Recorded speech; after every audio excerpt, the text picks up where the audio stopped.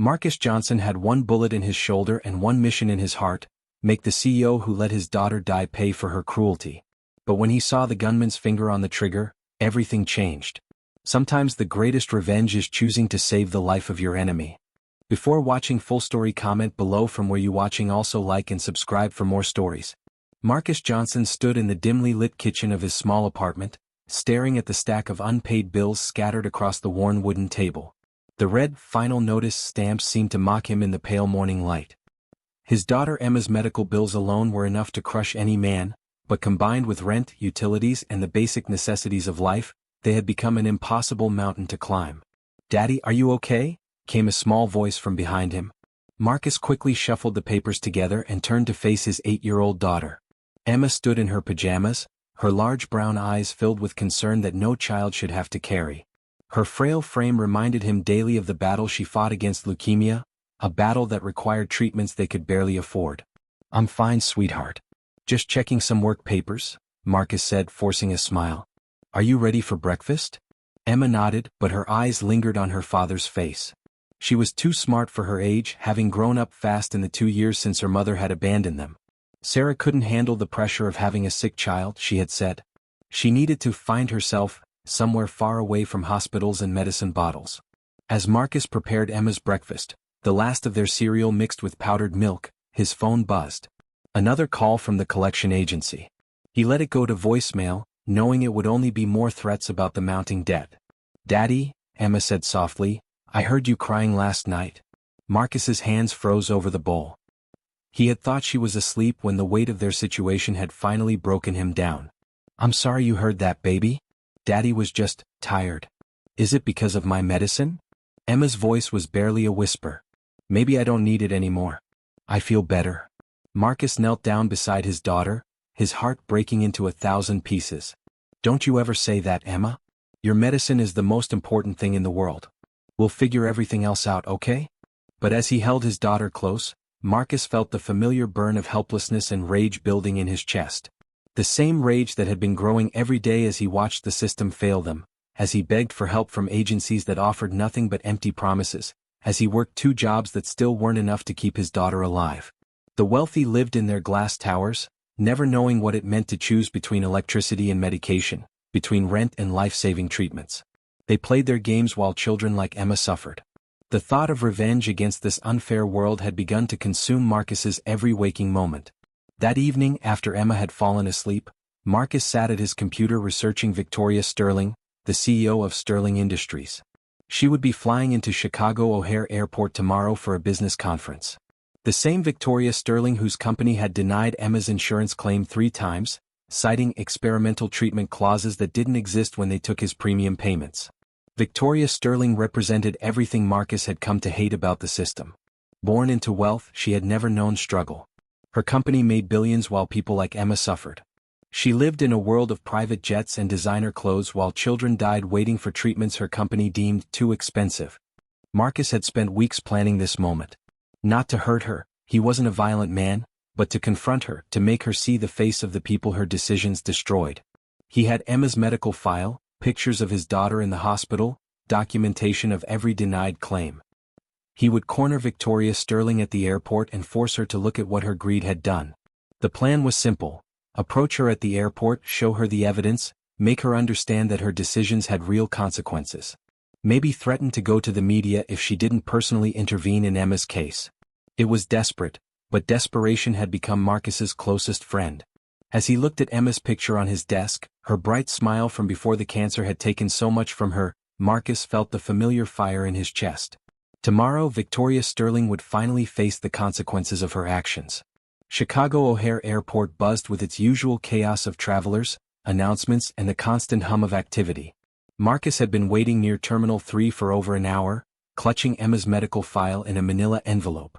His heart pounded as he scanned the crowd for Victoria Sterling. When she finally appeared, she was exactly what he had expected: tall, elegant, wearing a designer coat that probably cost more than Marcus made in 3 months. She moved with the confident stride of someone who had never been denied anything in her life, flanked by 2 security guards and an assistant who struggled to keep up with her pace.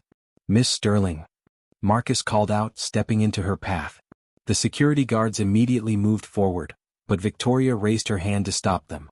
She looked at Marcus with cool, calculating eyes. "Can I help you? My name is Marcus Johnson. Your company has denied my daughter's insurance claims 3 times. She's dying and you people act like her life doesn't matter." Marcus pulled out Emma's picture, the one where she was bald from chemotherapy but still smiling. "This is Emma. She's 8 years old and she's fighting cancer. Your company took thousands of dollars from me in premiums, promised coverage, and then found every excuse to deny her treatment." Victoria's expression softened slightly as she looked at the photograph, but her voice remained businesslike. "Mr. Johnson, I understand your frustration, but I can't discuss specific cases here. If you'd like to make an appointment with our appeals department." "Appeals department?"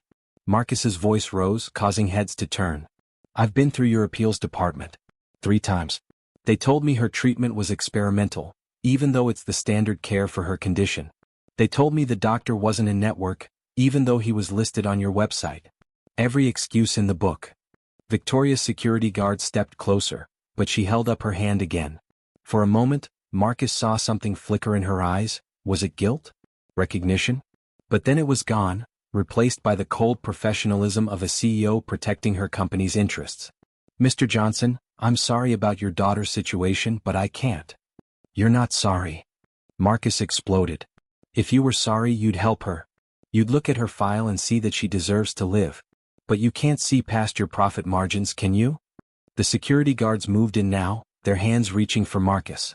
In his desperation, he lunged forward, not to hurt Victoria, but to thrust Emma's medical file into her hands, to make her hold the evidence of her company's cruelty. That's when Marcus saw him. A man in a dark coat, his face twisted with rage, pushing through the crowd with deadly intent. His hand was reaching inside his jacket, and Marcus could see the metallic glint of a gun. The man's eyes were fixed on Victoria Sterling with the kind of hatred that promised violence. Time slowed to a crawl. Marcus saw the gunman's finger tightening on the trigger. He saw Victoria Sterling, completely unaware of the danger approaching from behind. He saw the innocent bystanders who would be caught in the crossfire. In that split second, every ounce of anger Marcus had felt toward Victoria Sterling evaporated, replaced by something more fundamental, the instinct to protect another human being from harm. Marcus didn't think. He acted. Abandoning his confrontation with Victoria, he threw himself forward, tackling the gunman just as the weapon fired. The bullet that was meant for Victoria Sterling tore through Marcus's shoulder instead, spinning him around and sending him crashing to the airport floor. Screams erupted throughout the terminal as security personnel swarmed the scene. The gunman, knocked off balance by Marcus's intervention, struggled to regain control of his weapon. Victoria's security guards were on him in seconds, wrestling the gun away and pinning him to the ground. Marcus lay on the cold airport floor, his shoulder burning with pain as blood seeped through his work shirt. Through the chaos and shouting, he heard Victoria Sterling's voice, sharp with concern. "Get medical help. Now. This man just saved my life." As paramedics rushed to tend to his wound, Marcus found himself looking up at Victoria Sterling. Her composed corporate mask had completely fallen away, replaced by genuine shock and something that looked like awe. She knelt beside him, her expensive coat touching the airport floor without regard for the cost. "Why?" she whispered, her voice barely audible over the commotion. "You came here angry with me. Why did you risk your life to save mine?" Marcus tried to speak but found his voice weak. The paramedic was applying pressure to his wound, preparing him for transport to the hospital. "Because," he managed, "because everyone deserves to live. Even people I'm angry with." Victoria Sterling stared at him, her eyes filling with tears. "What's your name?" "Marcus Johnson," he whispered as the paramedics lifted him onto a stretcher. "I have a daughter, Emma. She's 8. She needs me." "Emma will be fine," Victoria said firmly, walking alongside the stretcher as they moved toward the ambulance. "I promise you Emma will be fine." As the ambulance doors closed and Marcus was rushed to the hospital, Victoria Sterling stood in the chaos of the airport, holding Emma's medical file that Marcus had dropped when he saved her life. Her hands trembled as she opened it and began to read. While Marcus underwent surgery to remove the bullet from his shoulder, police investigators were piecing together the events at the airport. The gunman, David Chin, was a former Sterling Industries employee who had been laid off 6 months earlier. His termination had sent his family into financial ruin, and his own daughter had died from a treatable condition because he couldn't afford her medical care after losing his company insurance. The bitter irony wasn't lost on anyone involved.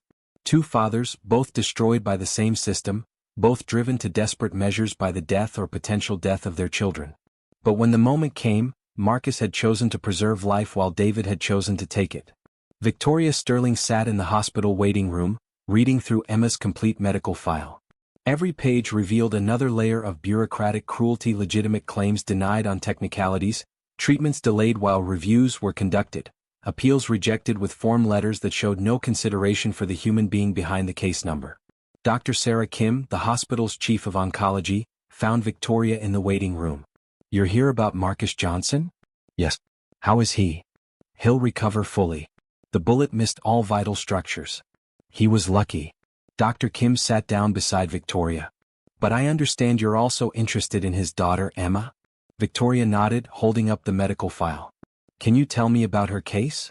Dr. Kim's expression grew serious. "Emma is a fighter, but she's running out of time. The treatment she needs is not experimental, it's standard care for her condition. I've been trying to get Sterling Industries to approve it for months." "How long does she have without the treatment?" "Maybe 6 weeks. 8 if we're lucky." Victoria closed her eyes, feeling the weight of every decision she had ever made as CEO. "Doctor, if money weren't an object, what would Emma's prognosis be with proper treatment?" "Excellent. Children with her specific type of leukemia have a 90% cure rate with the proper protocol. She could live a completely normal life." Victoria stood up, her decision made. "Then she'll have the best care money can buy. And doctor, I want you to personally oversee her treatment. Whatever it costs, whatever she needs." Dr. Kim looked surprised. "Miss Sterling, that's very generous, but the insurance review process." "There will be no insurance review process for Emma Johnson. Sterling Industries will pay for everything directly. And doctor, I want to know about every case like hers. Every child who's been denied care. I want a complete audit of our medical claims department." Marcus woke up in a private hospital room, confused by the luxury surrounding him. The last thing he remembered was lying on the airport floor, looking up at Victoria. Sterling's tear-filled eyes. Now he was in what appeared to be the hospital's VIP wing, with a view of the city and flowers everywhere. A nurse entered, followed by Victoria Sterling herself. She looked different somehow, less composed, more human. Her expensive business attire had been replaced by simple jeans and a sweater. "How are you feeling, Marcus?" she asked softly. "Like I've been shot," Marcus replied, then managed a weak smile. "Where's Emma? Is she okay? I need to call her babysitter." "Emma is fine," Victoria interrupted gently. "She's actually in the children's wing of this hospital. We brought her here this morning to start her treatment." Marcus tried to sit up, wincing at the pain in his shoulder. "Treatment? But the insurance." "There is no insurance issue anymore," Victoria said firmly. "Emma is receiving the best care available. Dr. Kim, the head of pediatric oncology, is personally overseeing her case." Marcus stared at Victoria, unable to process what he was hearing. "I don't understand. Why would you?" Victoria pulled a chair close to his bed and sat down. "Marcus, yesterday you came to the airport to confront me about Emma's denied claims. You had every right to be angry. My company failed your daughter and by extension failed you." She paused, her voice growing thick with emotion. "But when you saw that gunman, when you saw someone about to take my life, you forgot all about your anger. You risked everything to save me. You chose compassion over revenge." Marcus looked down at his hands. "I couldn't let him hurt you. No matter how angry I was, I couldn't let someone die if I could prevent it. That's what makes you a hero, Marcus. A real hero." Victoria reached into her purse and pulled out Emma's medical file. "I've read every page of this. I've seen what my company did to your family. The denied claims, the delays, the bureaucratic maze designed to wear people down until they give up." Tears began flowing down Victoria's cheeks. "I've been so focused on profit margins and shareholder reports that I forgot we were dealing with real people. Real families. Real children like Emma." Marcus reached out with his good hand and gently touched Victoria's arm. "You didn't know. You can't personally review every case. But I can create a system that doesn't automatically deny claims just to save money," Victoria replied. "I can make sure that no other father has to go through what you've endured. No other child has to wait for life-saving treatment while bureaucrats shuffle papers." Later that day, Victoria accompanied Marcus to the children's wing to see Emma. His daughter was in a bright, cheerful room decorated with cartoon characters and filled with toys. She looked small in the hospital bed, but her eyes lit up when she saw her father. "Daddy?" Emma called out, trying to sit up. "The doctor said you're a hero. They said you saved someone's life." Marcus carefully hugged his daughter, mindful of both his injured shoulder and her fragile condition. "I just did what felt right, sweetheart." Emma looked past her father to Victoria, who stood quietly in the doorway. "Are you the lady my daddy saved?" Victoria stepped forward, her composed CEO demeanor completely gone. "Yes, I am. My name is Victoria. Thank you for helping my daddy get better," Emma said with the simple sincerity of a child. "And thank you for helping me get better too. The doctors here are really nice." Victoria knelt beside Emma's bed, tears flowing freely now. "Emma, I want to apologize to you and your father. My company made it very hard for you to get the medicine you needed. That was wrong and I'm sorry." Emma considered this with the seriousness of someone far beyond her years. "Sometimes grown-ups make mistakes. My daddy taught me that what matters is fixing them." The wisdom in those simple words hit Victoria like a physical blow. Here was a child who had suffered because of corporate policies Victoria had approved, yet Emma showed no anger, no bitterness, only forgiveness and understanding. "You're very wise, Emma," Victoria said softly. "Much wiser than many adults I know." Over the next few days, Victoria found herself spending more and more time at the hospital. She would visit Marcus during his recovery, discussing not just Emma's case but the broader issues with Sterling Industries' healthcare policies. But more often she found herself drawn to Emma's room. The little girl possessed a light that seemed to illuminate everyone around her. Despite her illness, despite the hardships she had endured, Emma radiated joy and curiosity about the world. She asked Victoria endless questions about her job, her life, her dreams. She shared stories about school, about her friends, about the books she loved to read. Victoria had initially planned to return to work after ensuring Emma's treatment was approved, but she found herself unable to leave. Every day brought new revelations about the human cost of the policies she had implemented at Sterling Industries. Dr. Kim introduced her to other families struggling with denied claims, parents who had sold their homes to pay for their children's treatments, families bankrupted by medical bills, children who had died while waiting for approval for life-saving procedures. "This has to change," Victoria told Marcus one evening as they sat in Emma's room, watching her sleep peacefully after a day of treatment. "All of it. The entire system we've created." Marcus studied Victoria's face. The polished, corporate executive he had confronted at the airport was gone, replaced by someone who seemed to be discovering her own humanity. "What will you do?" "I'm restructuring the entire medical claims department," Victoria said firmly. "We're hiring more staff, eliminating the automatic denial protocols, and creating an emergency approval process for life-threatening conditions. No child should ever have to wait for treatment while we shuffle papers." "That's going to cost the company millions," Marcus observed. Victoria smiled, but it was a sad smile. "Marcus, yesterday I looked at the quarterly reports. We made $2.3 billion in profit last quarter. Billion. With AB. Do you know what Emma's entire treatment protocol costs? $150,000. The amount of money we spend on executive bonuses in a single day could save dozens of children like Emma." She paused, looking at Emma's sleeping form. "I've been measuring success by the wrong metrics. Stock prices and profit margins instead of lives saved and families protected." Marcus reached out and took Victoria's hand. "You're going to face a lot of resistance from your board of directors." "Let them resist," Victoria replied with newfound determination. "I control 51% of the company stock. They can complain all they want, but they can't stop me from doing what's right." 3 weeks later, Marcus was discharged from the hospital with a clean bill of health.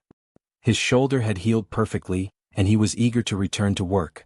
But Victoria had other plans. "I want to offer you a job," she said as they sat in the hospital cafeteria on his last day as a patient.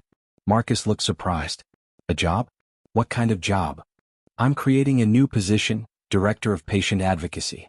Your job would be to review denied claims, investigate cases where families are struggling to get coverage, and work directly with me to make sure we're serving people instead of just profit margins."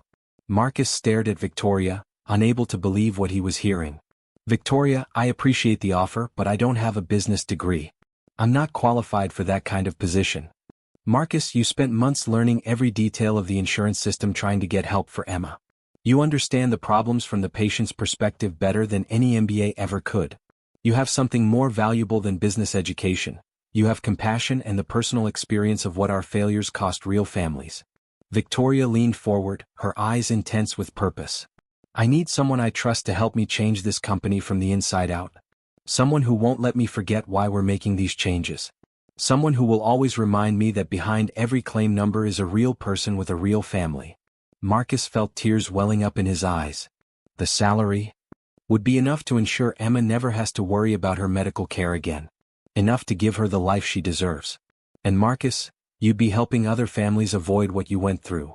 Marcus looked through the cafeteria window toward the children's wing where Emma was continuing her treatment. Dr. Kim had been optimistic about her progress. The new medications were working better than expected. When do I start? Marcus asked. The Sterling Industries headquarters buzzed with activity, but the atmosphere had changed dramatically since Victoria's transformation. The medical claims department had been completely restructured, with new policies prioritizing patient care over cost savings. Marcus's office was on the same floor as Victoria's, and the walls were covered with thank you letters from families whose claims had been approved, pictures of children who were now healthy thanks to treatments that would have been denied under the old system. Emma visited the office regularly after her doctor appointments. Her treatment was going so well that Dr. Kim was confident she would make a full recovery. The little girl had become something of a mascot for the company's new direction, reminding everyone why their work mattered. Daddy, can I see the new letters? Emma asked, settling into the chair beside Marcus's desk.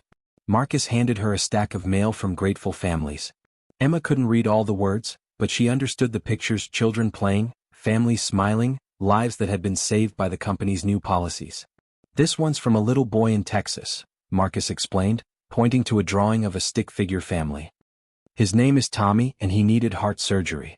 Under the old system, we would have denied his claim. Now he's healthy and back in school. Emma studied the drawing seriously.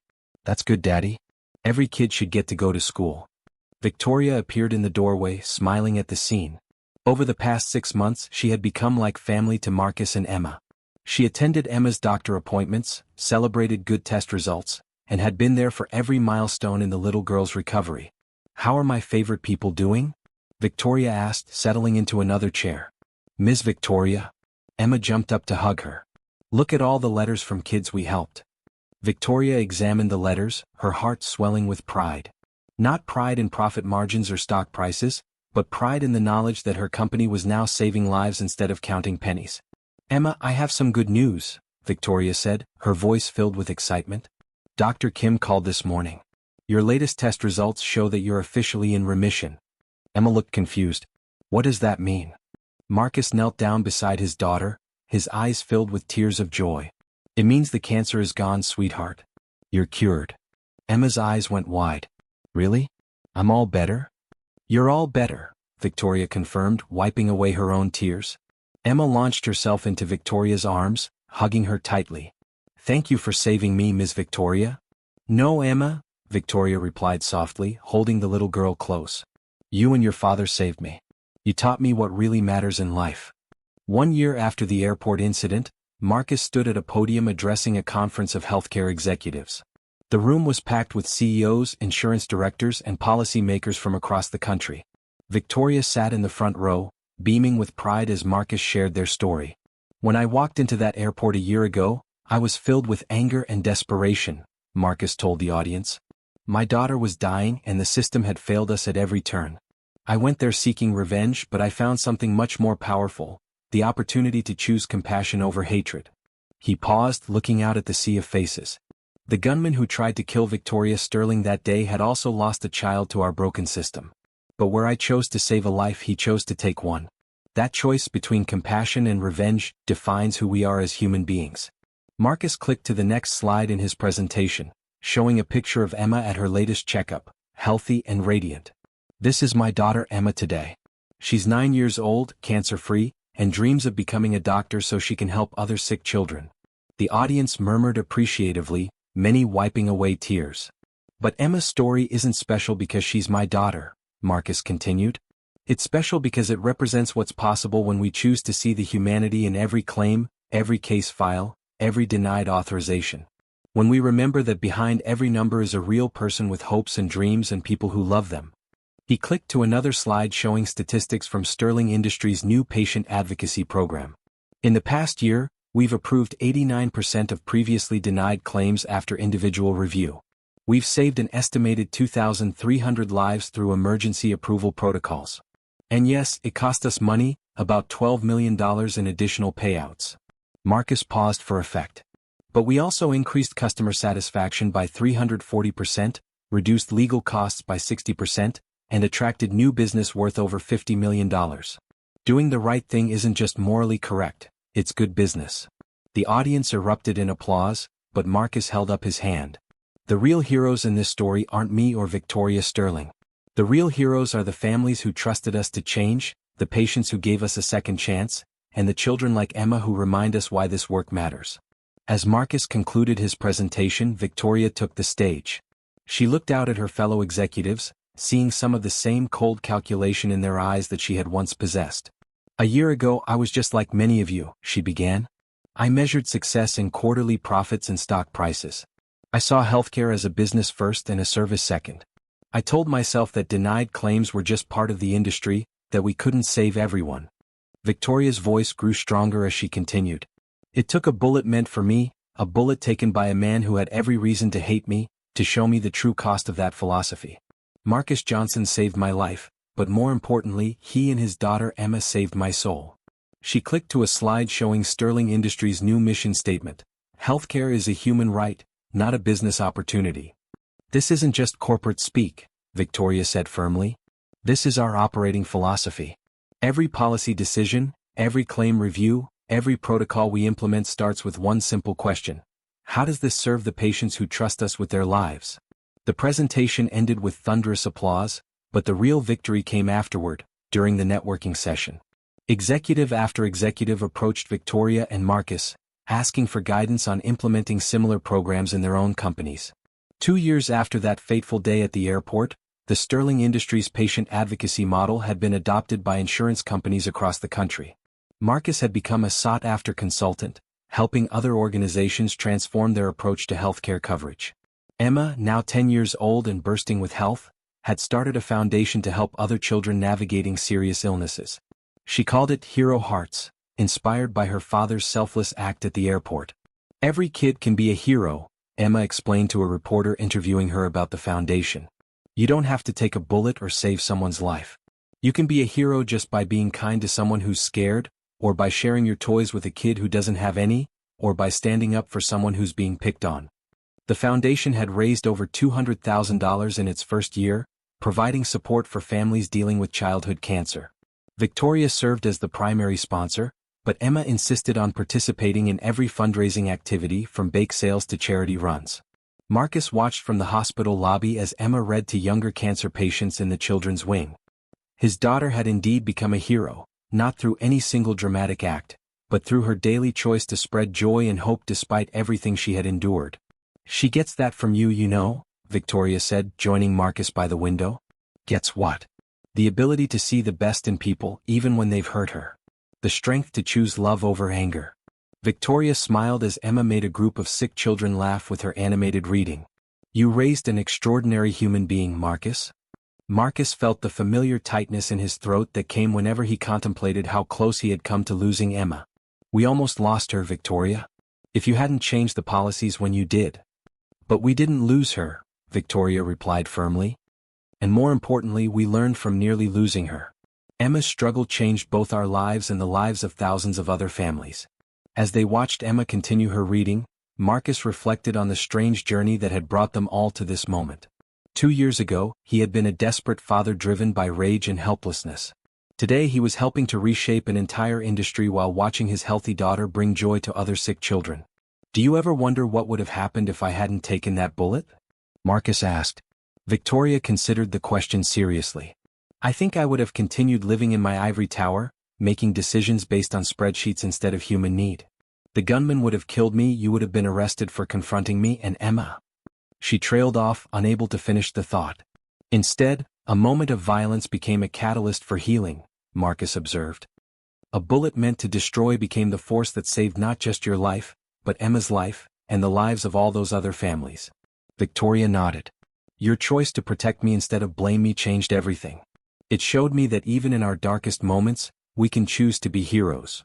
The annual Hero Hearts Gala was held at the Palmer House Hotel in Chicago, just a few miles from O'Hare Airport where Marcus's life-changing decision had occurred 5 years earlier. The ballroom was filled with survivors, families, and medical professionals celebrating another year of progress in pediatric cancer treatment. Emma, now 13 years old and serving as the foundation's youngest board member, took the stage to address the crowd. She had grown into a confident, articulate teenager who carried herself with the poise of someone who had faced death and chosen life. 5 years ago my dad made a choice, Emma began, her voice clear and strong. He could have chosen revenge against someone he thought was his enemy. Instead he chose to save her life. That choice created a ripple effect that has touched thousands of families. The audience listened intently as Emma continued. But my dad isn't the only hero in our story. Every parent who fights for their child's treatment is a hero. Every doctor who refuses to give up on a patient is a hero. Every nurse who holds a scared kid's hand during chemotherapy is a hero. And every person who chooses kindness over anger, hope over despair, love over hatred is a hero. Emma paused, looking out at the crowd. Tonight, we're celebrating 5 years of hero hearts, but we're really celebrating something bigger. We're celebrating the power of ordinary people to do extraordinary things when they choose compassion over revenge.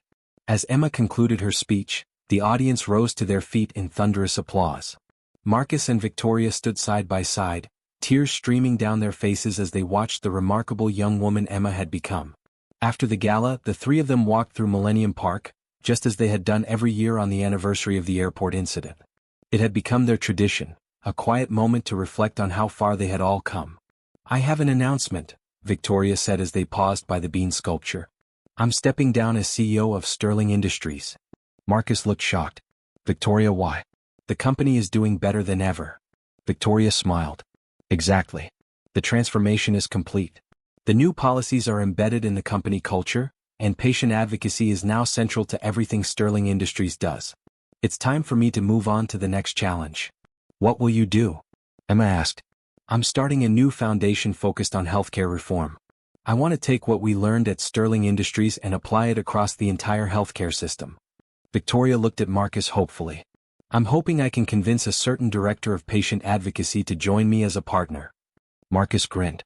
"I think that could be arranged. What about you, Emma? Any interest in healthcare reform?" Emma pretended to consider it seriously. "I think I'll finish middle school first.